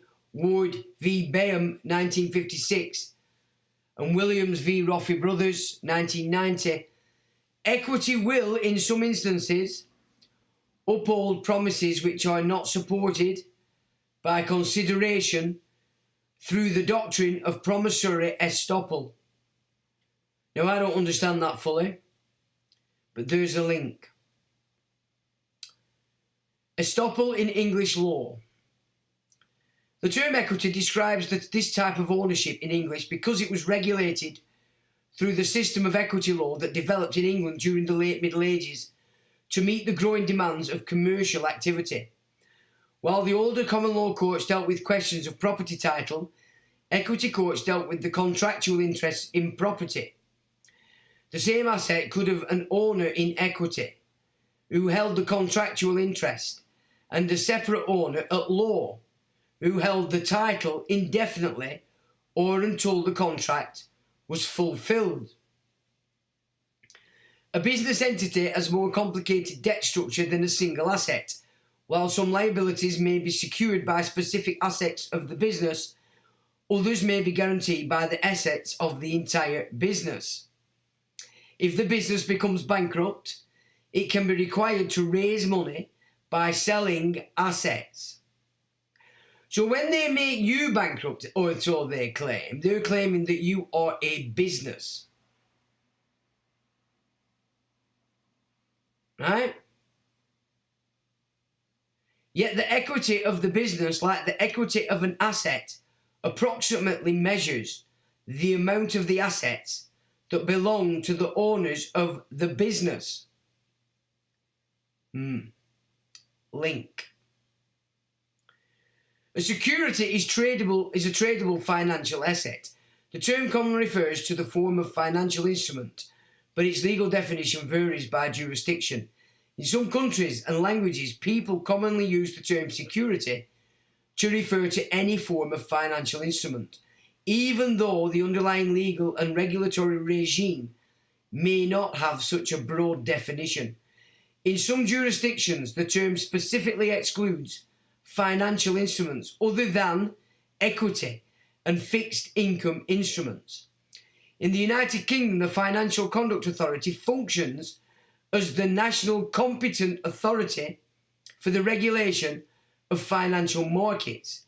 The definition in its handbook of the term security applies only to equities, debentures, alternative debentures, government and public securities, warrants, certificates representing certain securities, units, stakeholder pension schemes, personal pension schemes, right to or interest in investments, and anything that may be admitted to the official list.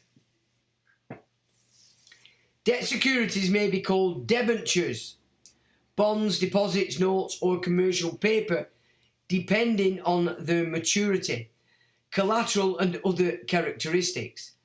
The holder of a debt security is typically entitled to the payment of principal and interest, together with other contractual rights under the terms of the issue, such as the right to receive certain information. Excuse me. Equity also enjoys the right to profits and capital gains, whereas holders of debt securities receive only interest and repayment of principal regardless of how well the issuer performs financially. Furthermore, debt securities do not have voting rights outside of bankruptcy.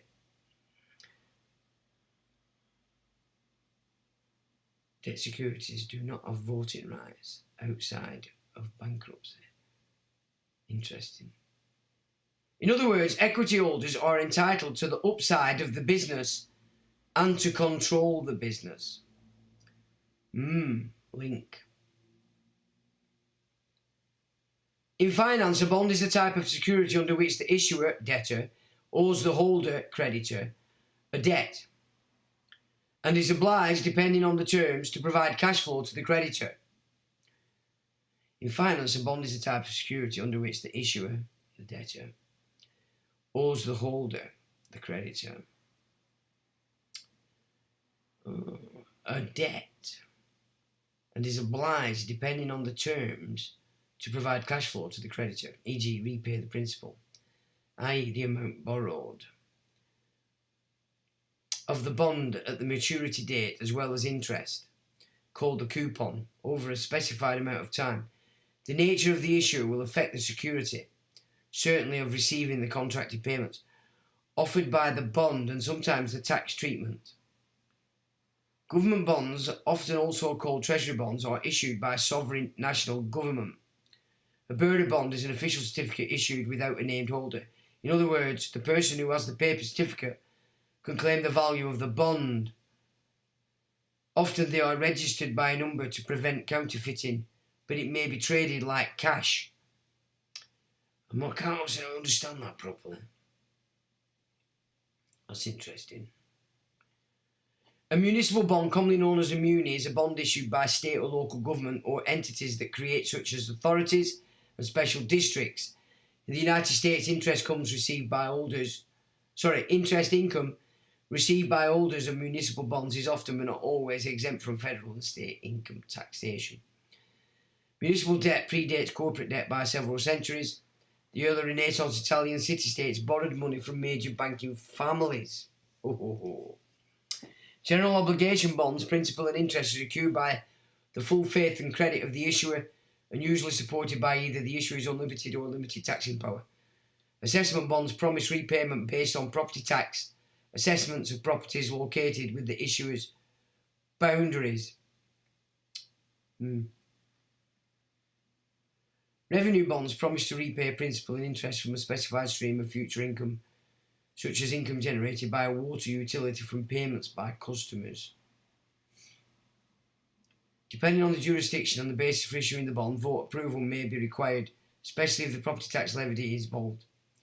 Some bonds for minor projects or emergency situations may be issued without voter pre-approval, but in all cases public input, whether a vote or the opportunity to speak for or against issuance at a public hearing, is required.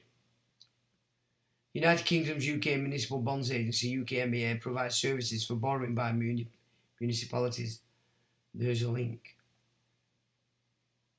Settlement is the final step in the transfer of ownership, involving the physical exchange of securities or payment. After settlement, the obligations of all the parties have been discharged and the transaction is considered complete. So it uses payment there. So I might have been a bit wrong in what I said before. Okay. After the trade and before settlement, the rights of the purchaser are contractual and therefore personal. Because they are merely personal, the purchaser's rights are at risk in the event of the insolvency of the vendor. After settlement, the purchaser owns securities and his rights are proprietary. Settlement is the delivery of securities to complete trades. It involves upgrading personal rights into property rights and thus protects market participants from the risk of the default of the counterparties. Settlement involves the delivery of securities from one party to another. Delivery usually takes place against payment, known as delivery versus payment, but some deliveries are made without a corresponding payment, sometimes referred to as a free delivery, free of payment, or in the United States, delivery versus free. Examples of delivery without payment are the delivery of securities collateral against a loan of securities and the delivery made pursuant to a margin call. It's a bit beyond me, some of this stuff, I have to say. I'm not getting it.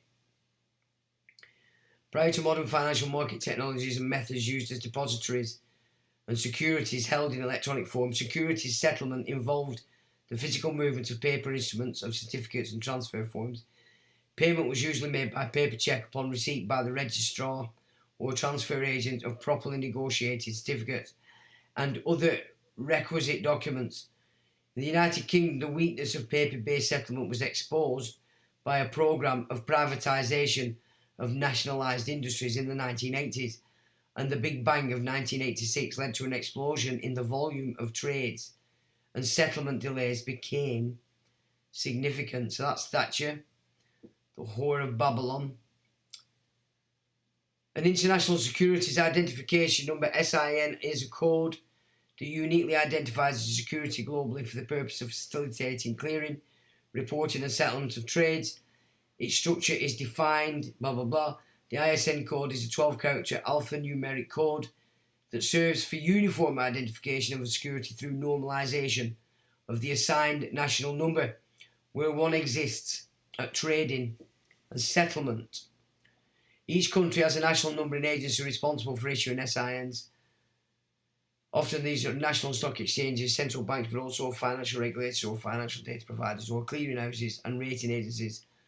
A global governing body is the Association of National Numbering Agencies. The ISIN is included in services sold by financial data vendors and intermediaries. The issuer of the security will include the ISIN and the issuance papers or the documentation for identification purposes. These services are paid services as more value-added data is included with the information of the ISIN.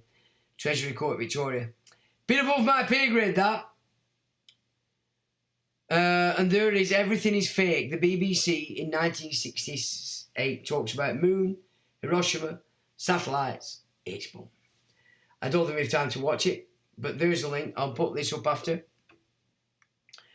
And as is the case always, you are more than welcome to take a gander at it. Now, what are you lot saying? Right, here we go. Big E, Tolkien was a smart cookie. He knew all about the simulacrum. Yeah, he was. Brilliant, man. Fiduciary has a duty, whoever is acting as fiduciary, that's correct. Breach of person is not the same as a breach of fiduciary. No, it's a breach of trust, is what I was saying. They recognise a fiduciary with authority. If I'm acting as your fiduciary and will be fully liable, would a fiduciary clean hands be in the wrong? It's a breach of trust, is what I was saying. June says, Sean, the English Constitution was here well before the British Union. So confused on that one. Well, I've said this before. I mean, you've got the provisions of Oxford. Now, that's your first parliament. I have got them on my website, actually. A list in chronology. But what were happening after the Civil War is what were classed as common law, they would pull it into parliamentary statute. So they could sort of mimic it and slowly but surely make you see the legal side, because it would give you what you thought it would giving you, the same freedoms and rights, and foregoing the actual stuff that were afforded to the people. And I have mentioned this before. I know I can't remember exactly. There's quite a lot before that.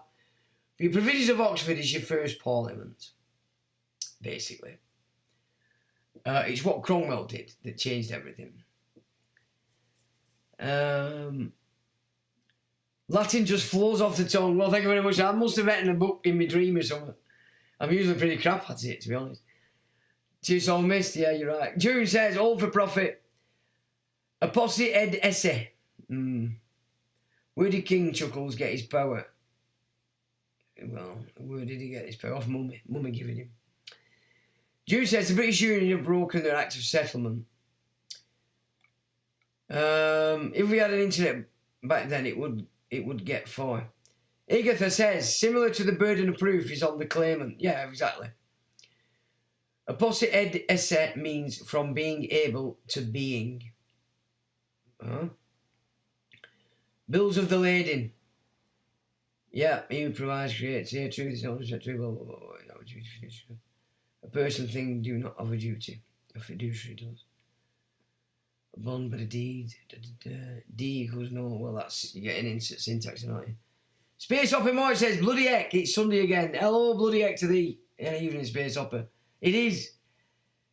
Create me. So, Mr. Sean, I'm about to inform my free legal counsel to form a letter of demand to a dude that wrote off my car, both parties uninsured. I'm going to get them to use some of those Latin phrases. Well, absolutely. I mean, Australia, New Zealand, Canada, America, all this stuff, it works in that. You know, but the Latin should work in Europe, I would presume. But yeah, why not? Get it stuck in there. But make sure you know what you're doing, you know what it means, and that you're using it in a concurrent means so that you can express it verbally as well as write it. And I think that's a lot of people go wrong as well. Oh, you said that this works, blah, blah, blah, blah, boom. But then that's it. You just heard what he said on video, and you don't actually, you don't understand how it interconnects with everything else, kind of thing, you know. And a lot of people. Stuarts were originally French. Oh, bloody French, weren't they? All bloody Angevins from over there. I know a Grandmaster, but can't get help for his partner. I know a Grandmaster, but can't get help for his partner. What do you mean? A pensioner refused wins payment. Original issue holder, Bailey, yeah. All commercial under UCC. On in due course. Yeah, it's yet to be volume. A copy of fraud. Benefactor, secured creditors versus unsecured creditors. Yes. Solving I'm learning a lot from these sessions. I plan to use what I am learning here in this claim for compensation for the damages I have incurred. Yeah, absolutely. This is it. We shouldn't just lie down and let it all run all over us, you know. Davina says, are ye still strong? I popped out for a nibble. Yeah, we're still strong, but we're almost there, Davina. Via my free legal counsel. I'm not legal counsel. Attorney. Attorney in fact. Just giving you facts and knowledge. And breaking spells. But can't be, I'm not. Somebody once asked me, Receiver, are you legally trained? So no, I'm just smart, I like playing chess. Yeah. I'm happy with that, but what the fuck? I'm not legally trained, am I? Trained? I'm a dog? Think I'm a fucking dog? Sit! Walkies! No, I had to learn it myself. Trust Christ, yeah. Solomon. Cheers, Sean, good stream. Great stuff. Agatha says, I researched the Stewart family name for a friend natal chart. They weren't even from Scotland originally. None of them are! All these names, McDougal, McDeagle, McDangle, McAggis, McFlaggis, McFlugel, McFliggle, McDonald, and all this lot. Dog. None of them. Dog. What? Sit. Shut up. Walkies. No. I've started to chat to myself over here. None of them are Scottish. They all came over through David the First through Belgium and took over Aggie Squeezer land many moons ago. And with that, peeps and ladies and gentlemen, thanks for joining mods, thanks for modding, and I hope you have a bloody good week. And with that, I shall say, till the next time.